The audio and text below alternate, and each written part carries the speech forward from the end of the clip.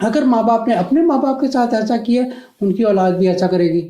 اب یہ چین چلتی جا رہی ہے، چین چلتی جا رہی ہے. یہ چین تب تک چلتی جائے گی جب تک کوئی آگے نہیں آئے گا جو اپنے آپ کو اللہ اور نبی کے ساتھ جوڑے گا. آپ سمجھیے کہ وہاں پہ جا کے ایک چین بریک ہو جاتی ہے. تو ہمیں سب سے پہلے خود کو دیکھنا ہے. اگر میری اولاد مجھ سے بدتمیزی کر رہی ہے، پہلے مجھے یہ دیکھنا ہے کہ میری پرورش میں کوئی کمی ہے. کیا میرے دل میں اللہ کی اتنی محبت ہے؟ کیا میرے دل میں اتنی نبی کی محبت ہے؟ سب سے بات ہوتی ہے کہ ہاں سارے 5 وقت نماز پڑھتے ہیں، سارے 5 وقت نماز پڑھتے ہیں، روزے بھی رکھتے ہیں، سب کچھ کرتے ہیں، ٹھیک ہے. پھر بھی ان کی لائف میں یہ جو گانا بجانا ہوتا ہے، music industry, film industry, drama ہو گیا، حرام کا رزق ہو گیا، جھوٹ فریب، یہ ساری آپ کے گھر کے ماحول کو خراب کرتی ہے.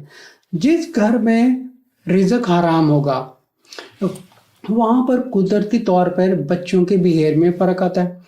جھوٹ بولیں گے، فریب کریں گے، کیونکہ آپ جب حرام کا رزق لے کے آتے ہیں، حرام کس کو پسند ہے؟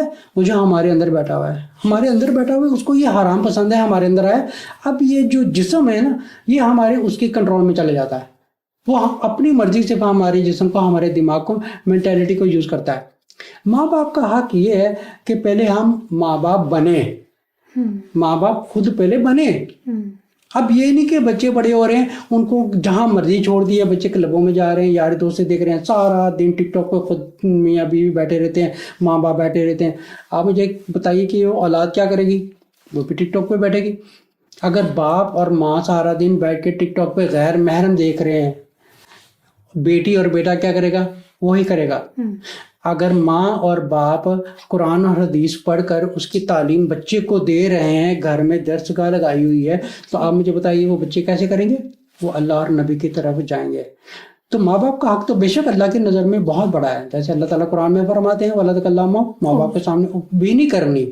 اب یہ جہاں پر کوئی چین میں آگے جا کے اس فارمولا کو فالو کرے گا نا، وَلَا تَكَلَّمُوا تو سمجھے کہ وہاں پہ چین بریک ہو جائے گی. اولاد ماں باپ کے سامنے بدتمیزی کرنا بند کر دے گی. ماں باپ سب سے پہلے اپنے آپ کو بدلیں. اولاد کو بلیم کرنے کے بجائے سب سے پہلے ماں باپ کا کام ہے، کیونکہ بچوں کی بنیاد کیا ہے؟ ماں باپ بنیاد ہے.